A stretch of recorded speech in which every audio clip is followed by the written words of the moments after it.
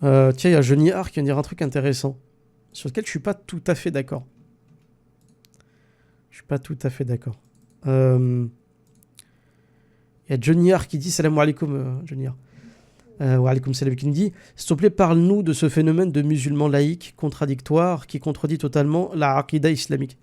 En fait, c'est pas tout à fait vrai. En fait, la laïcité, c'est un sujet qui est complexe. Faut pas résumer les choses à contradictoires, blanc, noir, vrai, faux. C'est très complexe, la laïcité. En fait, les musulmans laïcs, ils sont cohérents, au contraire. Le problème, c'est que... En fait, le vrai problème, c'est pas les musulmans laïcs. C'est ce que les laïcs ont fait de la laïcité. C'est ça le vrai souci. La laïcité, déjà laïque, laïkos en grec, c'est ce qui est profane, vulgaire, ce qui fait partie du peuple, si tu veux. Le laïc. C'est ce qui fait partie du peuple. Et c'était un terme qui était opposé au terme du clerc. Le clerc, c'est celui qui avait la connaissance, c'est celui qui faisait partie du clergé, c'est celui qui apportait la connaissance au peuple. Donc c'était un peu le contraire du mec du peuple qui connaissait rien, si tu veux. Initialement, et on l'a rappelé tout à l'heure, sa racine, c'est la Bible. C'est le verset qu'avait cité tout à l'heure quelqu'un, c'est rendez à César ce qui est à César et à Dieu ce qui est à Dieu. Qui est évidemment une mauvaise interprétation de ce qu'a voulu dire Jésus d'après ce texte-là. Et c'était en gros, selon les gens qui en ont fait l'exégèse plus tard, la séparation des deux ordres. L'ordre spirituel, donc l'ordre spirituel, c'était tout ce qui était lié à Dieu, à la religion, à la pratique du culte. Et l'ordre temporel, c'était lié à ce qui était la dunya, ce qui était fait sur la terre, dans le monde matériel, la loi des hommes, le commerce, l'économie, la guerre, etc. La laïcité, elle prend ces racines-là, si tu veux. Le fait d'avoir séparé deux ordres. Nous, en islam, ces deux ordres ne sont pas séparés. Nous, en islam, le côté spirituel et temporel, ils sont liés. Ils sont liés, les deux sont liés. Parce que pour nous, la vie d'un musulman, elle s'imbrique avec la politique, avec l'économie, avec l'islam, gère plus ou moins toutes les facettes de la vie d'une société, si tu veux. Donc pour nous, l'islam, il est partout. Or, en Occident, et surtout à cause du christianisme, on a voulu séparer ce qui était le religieux pur de la politique, de l'économie et de la guerre pure, si tu veux. Et progressivement, en fait, dans le christianisme, par exemple au Moyen-Âge, tu pouvais être totalement catholique, être un religieux mais laïque. En gros, ça voulait dire que le clerc, c'est celui qui faisait partie du clergé, celui qui était soumis à une hiérarchie ecclésiastique, et le laïc, c'était le chrétien qui allait à l'église, qui était baptisé, qui respectait les saints sacrements, etc., mais qui, lui, n'était pas soumis directement à l'église. C'était un laïc, voilà. Tu pouvais être un juge, par exemple, tu pouvais t'occuper des affaires profanes, tu pouvais être laïque, donc, un juge laïque, mais chrétien, totalement catholique. C'était pas incohérent, en fait. D'accord ? À l'époque, c'était une organisation, si tu veux, entre les religieux, entre l'espace religieux et non religieux. Au départ, c'était juste ça. Puis là, je fais un bond temporel. La laïcité, en fait, elle s'est transformée. Il y a eu la séparation, à l'époque, en 1905, la fameuse séparation de l'Église et de l'État. À l'époque, c'était simplement de dire que la France n'a pas de religion d'État.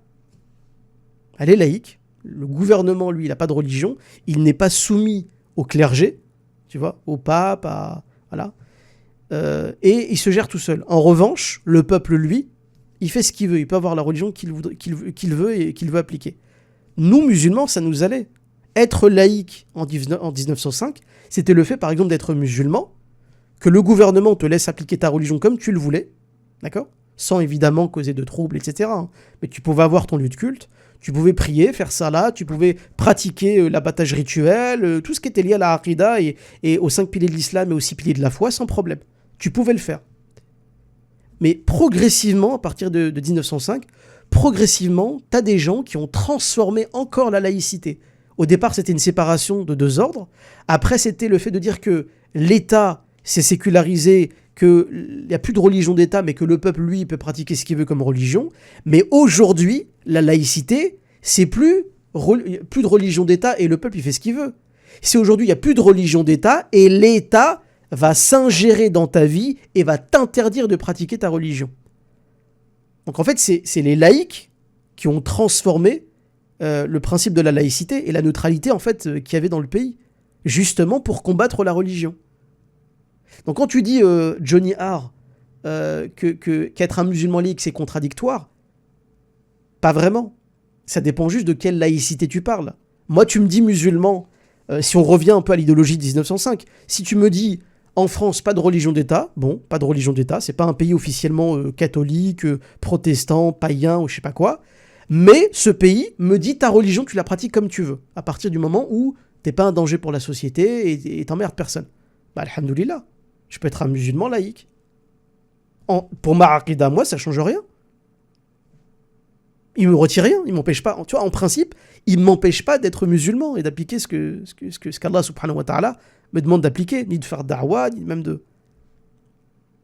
En revanche, aujourd'hui, la laïcité, qui est devenue d'ailleurs un laïcisme, tellement il est devenu extrémiste, c'est le fait d'utiliser la laïcité, donc cette neutralité, et de dire que l'État va s'ingérer dans la vie des religieux, à un tel point que Johnny Harr, ils vont te dire, bah, ta salade, tu pries trop, t'es un extrémiste, ta barbe, ta lahya, elle est trop grande, on dirait un fou, on dirait un psychopathe salafiste, poseur de bombes. Allahu Akbar, t'as pas le droit de le dire. Pourquoi ? Parce qu'il y a un mec qui a fait un attentat, il a dit Allahu Akbar, donc tu peux plus dire Allahu Akbar. Le voile, pareil, on va retirer le voile des jeunes filles et des femmes et des accompagnatrices et des jeunes filles à la fac, etc. Parce que le voile, selon nous, c'est une régression, je sais pas quoi. Ça, par contre, ouais, ça c'est une dérive totalitaire de la laïcité. Et si aujourd'hui, tu trouves des Tariq Oubrou, des Ghaleb Bencher, ce genre de personnes-là, qui se dit musulmans, laïques, en soutenant la politique laïcarde et le laïcisme actuel, là, aujourd'hui, c'est-à-dire ce combat contre la religion, alors effectivement, là, il contredit sa aqida. Parce que là, il va être l'allié de gens qui vont combattre sa religion. Je sais pas si tu es d'accord avec moi, Johnny. Mais tu vois, être laïque, ça dépend juste de l'époque et de la définition qu'on lui avait donnée. À partir de la loi 1905, nous, musulmans, n'avions aucun problème. Et j'ai même envie de te dire, Harry, tu sais pourquoi aujourd'hui, ils s'en prennent aussi sauvagement et brutalement à l'islam et aux musulmans ?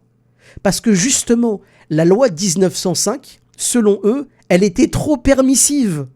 Ils n'avaient pas en fait compris. Eux, ils pensaient qu'avec la loi 1905, que ça leur suffisait, et qu'au bout d'un moment, ils allaient créer des générations d'athées, de parfaits Français athées.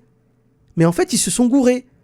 Ils ont dit, on vous laisse l'autonomie de la religion, on n'interfère pas dans votre religion, l'État n'interfère pas dans la gestion du culte, et les religieux n'interfèrent pas dans la religion de l'État, lapsus, dans les affaires de l'État. Et puis comme ils ont vu que, justement, les religieux, eux, ils s'appliquaient bien leur religion, qu'ils mettaient le hijab, qu'ils allaient à la mosquée, ils se sont dit, hop, qu'est-ce qui s'est passé là ? Comment se fait-il qu'il y ait autant de musulmans ? Alors qu'on a tout fait pour essayer de les désislamiser, Ah ouais, loi 1905, c'est vrai on leur a trop laissé prendre la confiance, les musulmans. Bon, vous savez ce qu'on va faire ? On va modifier la laïcité. Et c'est exactement ce que fait Darmanin, Schiappa, avec la loi séparatisme, la loi sécurité globale, etc. D'ailleurs, c'est même Schiappa qui l'a dit. Elle a dit qu'on a laissé trop de flou juridique aux musulmans et ils en profitent pour imposer leur religion. Et en fait, pas du tout. C'était la liberté, la neutralité que nous avait donné l'État. Tu vois ? Et c'est en ça, Johnny Harr, que c'est là où je suis pas d'accord, Harry. C'est quand tu dis que c'est contradictoire. Ça dépend. Ça dépend vraiment. Un Tariq Oubrou, un Ghaleb Bencher qui aujourd'hui te dit « Je suis pour la laïcité de Darmanin, de Schiappa », bien sûr qu'il contredit sa aqida. Parce qu'il est pour une laïcité qui va combattre l'islam et la pratique de notre religion. Mais par exemple, moi, je suis favorable à une laïcité basée sur la loi de 1905, alhamdoulilah. L'État me dit « Fais ce que tu veux, ta religion, ça me regarde pas ». Voilà. Laisse-moi faire da'wa, j'en ai le droit. Laisse-moi prier, j'ai le droit. Laisse-moi dbah le mouton, j'ai le droit. Laisse-moi, en fait. Loi 1905, voilà. Vous de votre côté, nous d'une autre.